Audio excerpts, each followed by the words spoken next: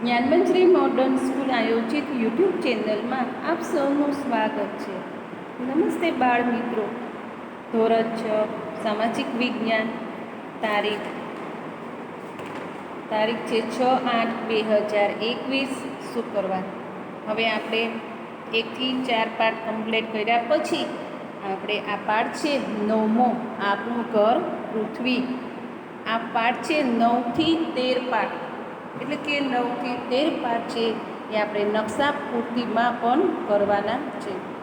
તો આપણું ઘર પૃથ્વી આપણે આગળ 2 લેક્ચર જોયા. આ 2 લેક્ચરની અંદર આપણે વાત કરી હતી કે સૌર પરિવાર એટલે કે સૌર પરિવાર અથવા સૌર મંડળ એટલે શું એ વિશે જોયું. સૂર્ય શું છે, સૂર્ય પછી આપણે 9 ગ્રહ વિશેની વાત કરી. એની અંદર બુધ, શુક્ર, પૃથ્વી, ચંદ્ર, મંગળ, ગુરુ, શનિ અને યુરેનસ, અને નીચે છે તો નેપચ્યુન.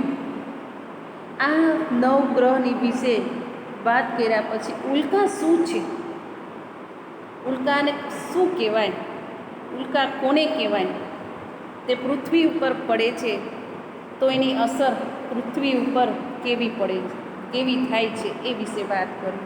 એના પછી નક્ષત્રો, તો કે નક્ષત્રો આપણે 27 છે, એમાંથી જે 27 નક્ષત્રો છે એની પણ વાત કરી આપણે. પછી આવ્યું છે પૃથ્વીનું સ્થાન અને આકાર. પૃથ્વીનું સ્થાન ક્યાં છે અને તેનો આકાર કેવો છે, લંબગોળ છે, ચપટી છે કે ગોળ છે, તો એ વિશે પણ વાત કરી કે પૃથ્વી એક ગોળો છે, કઈ રીતના તેનો આકાર કેવો છે એ પણ આપણે જોયું. હવે આવ્યો છે ધ્રુવનો તારો, પોલે સ્ટાર. તો આ ધ્રુવનો તારો છે એ આકાશમાં એક તારો જ છે. બધા ગ્રહની જેમ આ એક ચમકતો તારો જ દેખાય છે, પરંતુ તે હંમેશા આકાશની અંદર એક જ દિશામાં દેખાય છે. જુઓ, અમુક તારાઓ છે એ આપણને રાત્રે તમે જુઓ ને આકાશની અંદર, ક્યારેક નજર મારજો રાત્રે, તો અમુક તારાઓ છે આપણને ટમ કરતા દેખાય છે. અમુક તારાઓ ઘડીક સ્થાન બદલતા હોય એવું નથી, પણ આપણને ક્યારેક એ તારો આમ દેખાતો હોય, ક્યારેક એ તારો પૃથ્વી ફરતી હોય, એટલે એનો આકાર પણ છે એ બદલતો જોવા મળે છે. એટલે કે તારા છે એ પોતાને એક સ્થાન દેખાડતા નથી, પરંતુ આ ધ્રુવનો તારો છે એ એક જ દિશાની અંદર ઉગે છે, ક્યારેય પોતાનું સ્થાન બદલતો નથી. આ તારાને શોધવો હોય અને ઓળખવો હોય તો આપણે કઈ રીતના ઓળખી શકાય એમ.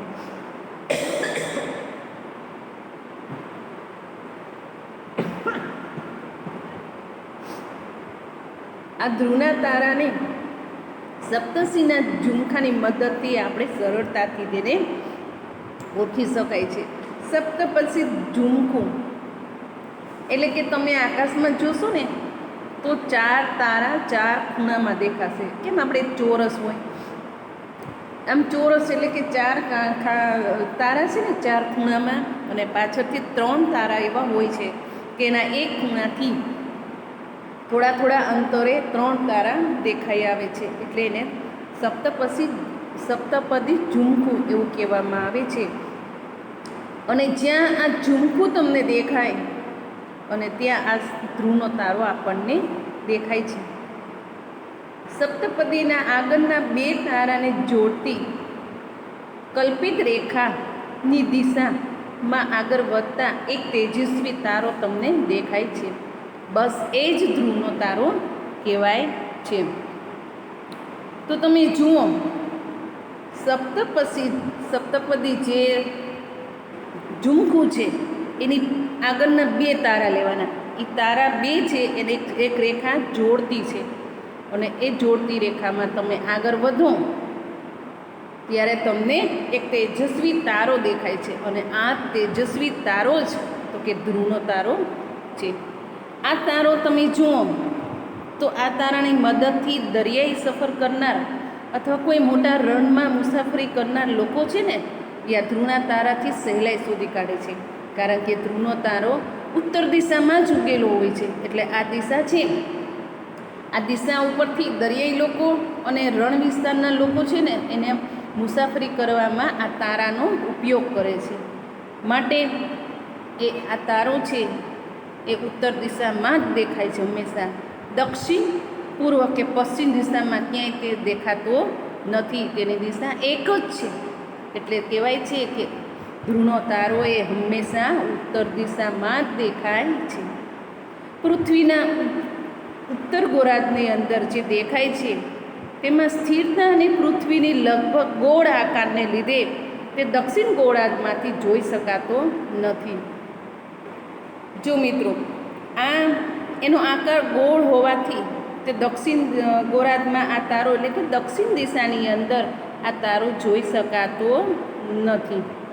તો અહીંયા તમે જુઓ, દક્ષિણ દિશામાં દેખાતો નથી. બાકીની 3 દિશામાં 2માં દેખાય છે, પૂર્વ પશ્ચિમમાં, અને ઉત્તર દિશામાં તો તે પોતે સ્વયં સ્થિર છે. હવે આપણે ધ્રુવનો તારો જોયા પછી છે તો અક્ષાંશ રેખાંશ. અક્ષાંશ એટલે શું અને રેખાંશ એટલે શું? તો તમને અહીંયા આકૃતિ આપી છે અક્ષાંશ અને રેખાંશની. જો આપણા વૃત્તો 3 છે, બધાને ખબર છે કે કેટલા વૃત્તો છે? 3. આપણી દિશાઓ કેટલી છે? મુખ્ય દિશા તો કે 4: ઉત્તર, દક્ષિણ, પૂર્વ, પશ્ચિમ. અને વૃત્ત તો કે મકર વૃત્ત, વિષુવવૃત્ત અને કર્કવૃત્ત. આ બધી જ વૃત્તો છે ને, આ 3 વૃત્તો એ પણ આપણે પૃથ્વીના ગોળાની અંદર જોવા મળે છે. સૌથી વચ્ચે છે વિષુવવૃત્ત, ઉપર છે કર્કવૃત્ત અને નીચે છે મકરવૃત્ત. બરાબર? આ બધાની અંદર આપણને આ વસ્તુ દેખાય છે. તો રેખાંશ અને અક્ષાંશ એટલે શું? તો કે પૃથ્વીના ગોળા ઉપર આડી અને ઊભી જે કાલ્પનિક રેખા દોરવામાં આવે છે તેને આપણે પૃથ્વીના કોઈ પણ સ્તરનું ચોક્કસ સ્થાન અને સમય જાણી શકાય છે. આમ જમીન પર આ રેખાઓ સ્થાન અને સમય જાણી શકાય છે. એટલે જ કહી શકાય છે ને કે જમીન પર આ રેખાઓ હોતી નથી. આ રેખાઓ માત્ર નકશામાં જ આપણે જોઈ શકીએ છીએ. હવે છે અક્ષાંશ. તો કે અક્ષાંશ કોને કહેવાય?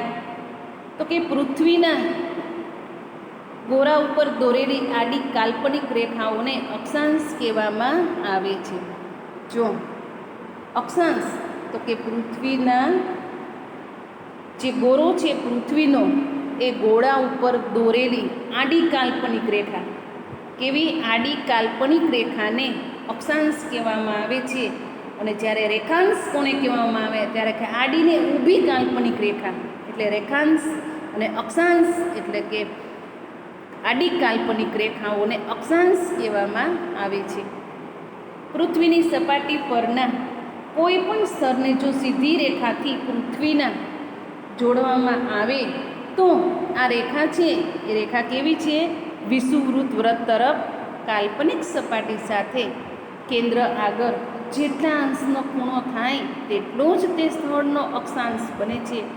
આવી રીતને અહીંયા અક્ષાંશ અને રેખાંશની પણ સંખ્યા આપણને બતાવી છે. તો અક્ષાંશ વૃત્તોની કુલ સંખ્યા કેટલી છે? તો કે 181. કેટલી છે? 181.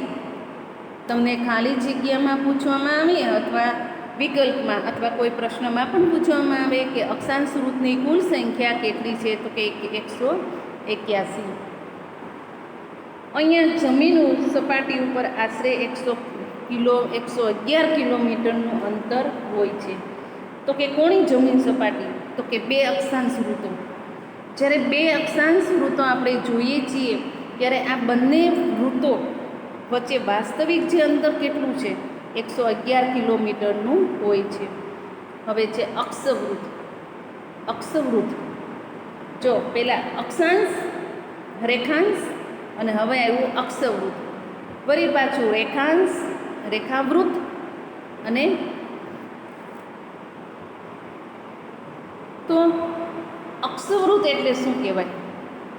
તો કે પૃથ્વી ઉપર ઉત્તર અથવા દક્ષિણ ગોળાર્ધમાં વિષુવવૃત્તથી સરખા કોણીય અંતર મળેલા સ્થળોને જોડનારું પૃથ્વી પશ્ચિમ પૂર્વ પશ્ચિમ સરંગ વર્તુળને અક્ષવૃત્ત કહેવામાં આવે છે. જો પહેલાં ઉત્તર અને દક્ષિણના ગોળાર્ધમાં અને આ બંને દિશામાંથી જે એક વસ્તુને જોડે છે એ વસ્તુ કોણ છે?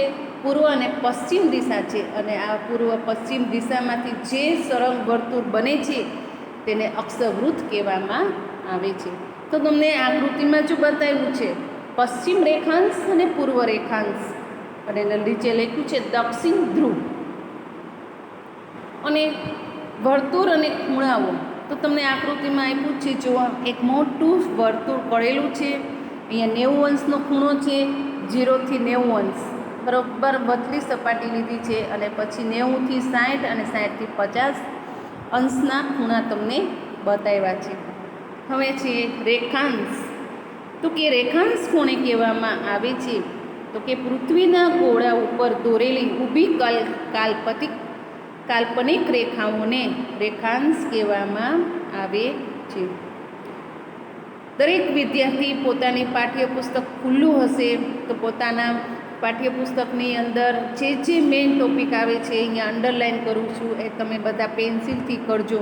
અને જે ટૉપિકમાં તમને એવું લાગે કે કોઈ અઘરા શબ્દ છે, ન સમજાય, ત્યારે આપણી જ્યારે રેગ્યુલર સ્કૂલ શરૂ થાય ત્યારે ટૉપિકમાંથી મને તમે જાણ કરજો કે ટીચર અમને આ વસ્તુ નથી સમજાણી, ત્યારે એ વસ્તુ આપણે ફરીવાર અહીંયા સમજશું.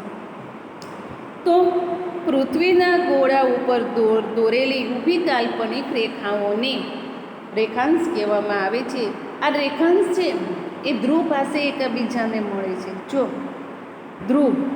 ધ્રુવ પાસે એકબીજાને મળે છે.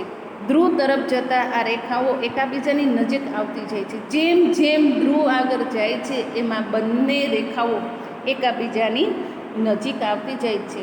કુલ રેખાંશ વૃત્તની સંખ્યા 360 છે. કેટલી છે? 360. અને અક્ષાંશ વૃત્તની સંખ્યા કેટલી હતી? 181. રેખાંશ વૃત્તની સંખ્યા તો કે 360.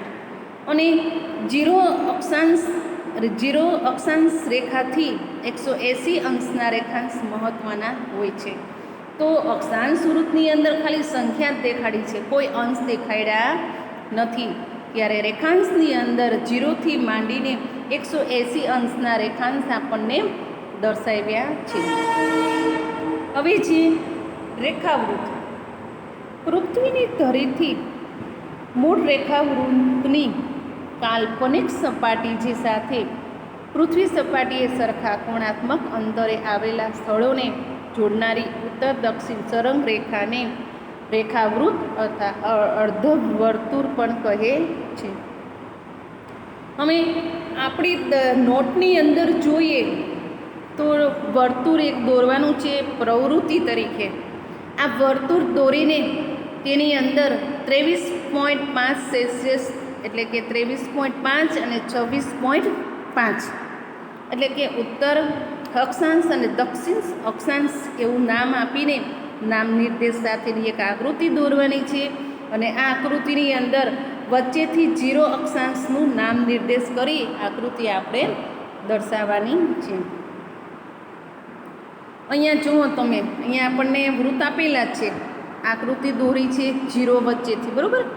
અહીંયા કર્કવૃત્ત, નીચે મકરવૃત્ત અને વચ્ચે લીટી દોરી છે એ વિષુવવૃત્ત. હવે તમને કોઈ પૂછે પ્રશ્નમાં કે વૃત્તો કેટલા છે આપણા, તો મુખ્ય વૃત્તો કેટલા છે? 3: વિષુવવૃત્ત, કર્કવૃત્ત અને મકરવૃત્ત, બરાબર. અને મુખ્ય અક્ષાંશ વૃત્તો ક્યાં? તો અહીંયા અક્ષાંશ વૃત્તોના વૃત્તો ક્યાં છે એવું પૂછે તો પણ 3 જ છે. તો આ 3ના તમારે નામ દર્શાવવાના છે. અને આ નામ છે એની અંદર પોઈન્ટ કેટલા? 23.5 જ અક્ષાંશ આવશે. 23.5 ઉત્તર અક્ષાંશ અને 23.5 દક્ષિણ અક્ષાંશ એટલે કે કર્કવૃત્ત અને મકરવૃત્ત. ઉત્તર અને દક્ષિણે બેના તાપ સેલ્સિયસ સરખા જ છે. આમ પૃથ્વીની સપાટી ઉપર મધ્યમાં એક આડી રેખા દોરેલી છે. આ આડી રેખા છે એ રેખા કઈ છે? વિષુવવૃત્ત. જો તમે અહીંયા દોરેલી છે આડી રેખા, બધાને દેખાય છે આડી રેખા, જોઈ? એનું નામ શું છે? વિષુવવૃત્ત. પછી વિષુવવૃત્તથી ઉપરનો એક ભાગ એ ઉત્તર ગોળાર્ધ અને બીજો ભાગ છે દક્ષિણ તરફનો ભાગ કે દક્ષિણ ગોળાર્ધમાં આ જાય છે. આમ ઉત્તર તરફના ઉત્તર અક્ષાંશ અને દક્ષિણ તરફની રેખાઓ દક્ષિણ અક્ષાંશ કહેવાય છે. વિષુવવૃત્તથી ઉત્તરે 23.5 સેલ્સિયસ કર્કવૃત્ત અને વિષુવવૃત્તથી દક્ષિણે 23.5 સેલ્સિયસ દક્ષિણ અક્ષાંશ રેખાને મકરવૃત્ત કહેવામાં આવે છે. શું કહેવામાં આવે છે? મકરવૃત્ત. તો ઉત્તર તરફમાં તમે જુઓ તો ઉત્તર અક્ષાંશ અને દક્ષિણ તરફની રેખાઓ જુઓ તો દક્ષિણ અક્ષાંશ કહેવામાં આવે છે. બધા લોકો પોતાના પાઠ્યપુસ્તકમાં અંડરલાઈન કરશે. તો આવી રીતના વિષુવવૃત્તથી ઉત્તરે 66.5 સેલ્સિયસ અને ઉત્તર રેખાનું ઉત્તર ધ્રુવવૃત્ત કહેવામાં આવે છે. ઉત્તર ધ્રુવ કહેવામાં આવે છે. વિષુવવૃત્તની દક્ષિણે જે રેખા છે એને 66.5 સેલ્સિયસ દક્ષિણ અક્ષાંશે, વિષુવવૃત્તની ઉત્તરમાં કર્કવૃત્ત સુધી તેમજ દક્ષિણમાં મકરવૃત્ત સુધી દેખાતી સૂર્યની ગતિને શું કહેવામાં આવે છે? અયન કહેવામાં આવે છે. આ તેથી વિષુવવૃત્તની ઉત્તરમાં કર્કવૃત્ત સુધી તેમજ દક્ષિણમાં મકરવૃત્ત સુધી દેખાતી સૂર્યની ગતિને અયન કહેવામાં આવે છે. આ ગતિ છે, આ બંનેની ગતિ વચ્ચેનો જે વૃત્તોને અયન વૃત્તો કહેવામાં આવે છે. તમને પ્રશ્ન પૂછે કે અયન વૃત્તો એટલે શું? બરાબર. આવી રીતે સૂર્યના કિરણો છે એ કર્કવૃત્ત અને મકરવૃત્ત વચ્ચે લગભગ સીધા પડે છે. કેવા પડે છે? સીધા પડે છે. અને ગતિને 6 મહિના જેટલો સમય લાગે છે. કેટલો સમય લાગે છે? સૂર્યની ગતિને 6 મહિના જેટલો સમય લાગે છે. અને આ સમય છે એ 66.5, વાત કરીને કે 66.5 ખૂણે નમેલી છે પૃથ્વી. એટલે અહીંયા કર્કવૃત્ત અને મકરવૃત્તના સીધા જ કિરણો છે એ સીધા જ કિરણો લગભગ બધા ઉપર સીધા જ પડે છે. હવે તમે જોશો તો તમને આકૃતિ આપી છે. આકૃતિની અંદર જુઓ તો કે સૂર્ય તમને દેખાય છે. કોણ દેખાય છે? સૂર્ય. આ સૂર્ય છે, બરાબર. આ સૂર્ય અને સામે છે સૂર્યના કિરણો. તો આ સૂર્યના કિરણો સીધા ક્યાં પડે છે? આપણે અહીંયા જુઓ આકૃતિ આપી છે. દક્ષિણ ધ્રુવ અને દક્ષિણ અક્ષાંશ આ બંનેને તમે જુઓ તો સૌથી પહેલાં છે વિષુવવૃત્ત, બીજું છે મકરવૃત્ત અને ઉપર છે તો અહીંયા તમને દેખાય છે કર્કવૃત્ત. આ કર્કવૃત્ત, બરાબર. નીચે છે દક્ષિણ ધ્રુવવૃત્ત અહીંયા, અને ઉપર છે તો તમને ઉપર દેખાય છે ઉત્તર ધ્રુવવૃત્ત. તો કે ઉત્તર ધ્રુવ છે એ 90 અક્ષાંશ ઉત્તર અક્ષાંશ તરફ છે. અહીંયા ઉત્તર અક્ષાંશ એટલે કે 66.5 અને એના અડધા છે તો કે 23.5, બરાબર. અને આકૃતિની શરૂઆત ક્યાંથી થાય છે? 0 અંશથી. ક્યાંથી થાય છે? 0 અંશથી. હવે મકરવૃત્તમાં જાઓ તો મકરવૃત્તની અંદર તે તમને 23.5 દક્ષિણ અક્ષાંશ અને નીચે 66.5 એટલે કે દક્ષિણ અક્ષાંશ અને નીચે છે દક્ષિણ ધ્રુવ તો કે 90 પોઈન્ટથી આપણને દેખાડે છે. હવે અહીંયા તમે જુઓ 23.5 ઉત્તર અક્ષાંશ વૃત્ત આપણે દોરવાનું છે. કેટલા પોઈન્ટ દોરવાનું છે? 23.5 ઉત્તર અક્ષાંશ. તે જ પ્રમાણે 23.5 છે એ દક્ષિણ અક્ષાંશ વૃત્ત દોરવાનું છે. અને પછી પૃથ્વીના ગોળાની મદદથી આખો પૃથ્વીનો ગોળો દોરવાનો છે અને આ બંને ગોળાની અંદર આ બંને અક્ષાંશ વૃત્તો કયા કયા દેશોમાંથી પસાર થાય છે તે આપણે અહીંયા જણાવવાનું છે. હવે આપણે આખા પૃથ્વી છે, આખા વિશ્વની જે પૃથ્વી છે એને આપણે જાણવા માટે શેનો ઉપયોગ કરી છે? તો એને જાણવા માટે આપણે શું છે? GPSC, global positioning system. શું છે? જીપીએસસી. એટલે એનું ફૂલ ફોર્મ નામ અને ટૂંકું નામ છે જીપીએસ અને global positioning system. Global positioning system દ્વારા એટલે કે મોબાઈલ ફોન અને ગૂગલ અર્થ મારફતે આપણે આજે કોઈ પણ સ્થળના અક્ષાંશ અને રેખાંશ આપણે સહેલાઈથી જાણી શકીએ છીએ. તમને બધાને ખબર છે કે મોબાઈલ ફોન દ્વારા આપણે ઘડી અડધી કલાકની અંદર દેશ વિદેશના સમાચાર માહિતી પ્રાપ્ત કરી શકીએ છીએ. અને ગૂગલમાં સર્ચ મારો તો આ ગૂગલ દ્વારા પણ આપણે આખા વિશ્વની માહિતી પણ પ્રાપ્ત કરી શકીએ છીએ. તો પહેલાંના જમાનામાં આ વસ્તુ કોઈ હતું જ નહીં બેટા. તો અત્યારે તો તમે વિચાર કરો કે કેટલી વિજ્ઞાનિક કેટલું વિકસી રહ્યું છે કે તમારે મિનિટોની અંદર આખા દેશ વિદેશના સમાચારો પ્રાપ્ત કરી શકો છો. અહીંયા ઇન્ટરનેટની સુવિધાવાળા મોબાઈલ વડે જે તે સ્થળના અક્ષાંશ અને રેખાંશ પણ આપણે જાણી શકીએ છીએ. એવી જ રીતે આ સિસ્ટમ દ્વારા એટલે કે જીપીએસ સિસ્ટમ દ્વારા અક્ષાંશ અને રેખાંશ છે એ ખૂબ જ સહેલાઈથી જાણી શકાય છે. તમને કોઈ પ્રશ્ન પૂછવામાં આવે કે જીપીએસનું પૂરું નામ શું છે અથવા ગ્લોબલ પોઝિશનિંગ સિસ્ટમનું પૂરું નામ શું છે તો કે એનું ટૂંકું નામ શું છે તો કે જીપીએસ. હવે આપણા મુખ્ય અક્ષાંશ વૃત્તો કયા કયા છે? બરાબર, તો કે મુખ્ય અક્ષાંશ વૃત્તો છે આપણા બે. કયા કયા છે? બે. એમાં પહેલું છે ગ્રીનિચ રેખા. કઈ છે? ગ્રીનિચ રેખા. તો આ ગ્રીનિચ રેખા છે એ ક્યાંથી પસાર થાય છે? તો પહેલાં તો કે ગ્રીનિચ રેખા છે એ ઇંગ્લેન્ડના ગ્રીનિચ શહેર ઉપરથી પસાર થતી રેખા છે. એટલે એનું નામ શું પડ્યું? ગ્રીનિચ રેખા. પરંતુ આ રેખા છે એ જીરો રેખાંશ વૃત્તને થી શરૂઆત થાય છે એટલે એને ગ્રીનિચ રેખા તરીકે પણ ઓળખવામાં આવે છે.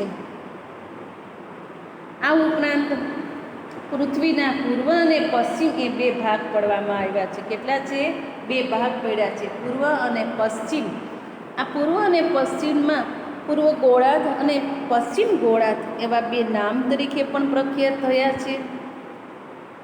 પૂર્વ પશ્ચિમ એવા બે નામ પડ્યા અને આ બે નામને છે પૂર્વ ગોળાર્ધ અને પશ્ચિમ ગોળાર્ધ એવા બે નામ તરીકે આજે ઓળખીએ છીએ. તો કે ગ્રીનિચ રેખાની 180 અંશ પૂર્વમાં અને પૂર્વ રેખાંશ અને 180 અંશથી પશ્ચિમમાં પશ્ચિમ રેખાંશ તરીકે ઓળખવામાં આવે છે. હવે આપણી ગ્રીનિચ રેખા છે એની જે એક પહેલી હતી, હવે બીજી છે આંતરરાષ્ટ્રીય દિનાંતર રેખા, ઇન્ટરનેશનલ ડેટા લાઇન. તો આંતરરાષ્ટ્રીય દિનાંતર રેખા એ શું છે? તો રેખાંશ વૃત્તને આંતરરાષ્ટ્રીય દિનાંતર રેખા કહેવામાં આવે છે. તો પહેલાં તો તમને પ્રશ્ન પૂછે કે આંતરરાષ્ટ્રીય દિનાંતર રેખા એટલે શું? તો કે રેખાંશ વૃત્તને આંતરરાષ્ટ્રીય દિનાંતર રેખા કહેવામાં આવે છે. આ રેખાંશ વૃત્ત માત્ર એક જ હોય છે, એની કોઈ સંખ્યા હોતી નથી. આ વૃત્ત છે એ ઓળંગતા તારીખ અને વાર બદલાય છે. જ્યારે આ રેખા છે એ રેખા ઓળંગી જાય ત્યારે તારીખ અને વાર બદલાય છે. અને આ રેખા છે એ પેસિફિક મહાસાગરમાંથી પસાર થાય છે. તમને પ્રશ્ન પૂછવામાં આવે કે આંતરરાષ્ટ્રીય દિનાંતર રેખા એટલે શું? તે કયા મહાસાગર ઉપરથી પસાર થાય છે? તો કે પેસિફિક મહાસાગર ઉપરથી તે પસાર થાય છે. આ રેખા છે એ વાંકી ચૂકી છે. કેવી છે? વાંકી ચૂકી છે. તો કેટલાક સ્થળોએ તે બરાબર 180 અંશ પર નથી અને વાકી ચૂકી છે. તેનું કારણ પણ એક જ છે કે જો તેને સીધી દોરવામાં કદાચ આવે તો એક જ દેશના કેટલાક ટાપુઓ પર એક જ દિવસે 2 વાર અને 2 તારીખ ભેગી થઈ જાય. શું આવે? એક જ દિવસે 2 વાર અને 2 તારીખ ભેગી થઈ જાય, એટલે તેને વાકી ચૂકી દોરવામાં આવી છે, જેથી કરીને 2 તારીખો ભેગી ન થઈ જાય અને કેટલીક જગ્યાએ એક ટાપુ પર બીજી તરફ જતાં તારીખ બદલાઈ જાય છે અને સમય અને તારીખનો ગોટાળો થાય છે. તો આ ગોટાળો તારીખમાં ન થાય, કેલેન્ડરમાં ન થાય, એની માટે આ નિવારણ માટે આ રેખાને વાકી ચૂકી દોરવામાં આવી છે. આ નિવારવા માટે રેખાના માર્ગમાં આવતી જમીન જે છે એ જમીન છે આ બાજુ રાખીને તેને સમુદ્ર તરફ ફેરવી એટલે કે વાકી ચૂકી જોવા મળે છે. આપણે હમણાં એક આકૃતિ જોઈ હતી ને, દક્ષિણ ધ્રુવની દક્ષિણ અક્ષાંશ. તો હવે અહીંયા બીજી આકૃતિ છે કટિબંધની અંદર તમે જુઓ તો હવે આપણે પણ અહીંયા તમે જોશો કટિબંધની આકૃતિ છે. આપણા કટિબંધો કેટલા છે? મૂળ 3. ક્યાં ક્યાં છે? તો કે પેલું છે સમશીતોષ્ણ કટિબંધન અને શીત કટિબંધન. આ શીત કટિબંધન છે અને ઉષ્ણ કટિબંધ, આ 3 કટિબંધો છે. આ ત્રણેયને આમ આકૃતિ આપી છે. સમશીતોષ્ણ કટિબંધ ઉપરે તમને દેખાડ્યું છે આકૃતિમાં, નીચે દેખાડ્યું છે. અહીંયા 23.5 દક્ષિણ અક્ષાંશ, 66.5 દક્ષિણ અક્ષાંશ, 23.5 ઉત્તર અક્ષાંશ અને 66.5 ઉત્તર અક્ષાંશ. અને ઉષ્ણ કટિબંધ વચ્ચે વિષુવવૃત્તની બરોબર વચ્ચે આવેલી છે. પરંતુ હવે આપણો સમય અહીંયા પૂર્ણ થવા જઈ રહ્યો છે, એટલે હવે પછીની જે આપણે અહીંયા આકૃતિ છે અને જે કટિબંધો છે એના વિશે હવે પછીના લેક્ચરમાં આપણે માહિતી પ્રાપ્ત કરીશું. અસ્તુ.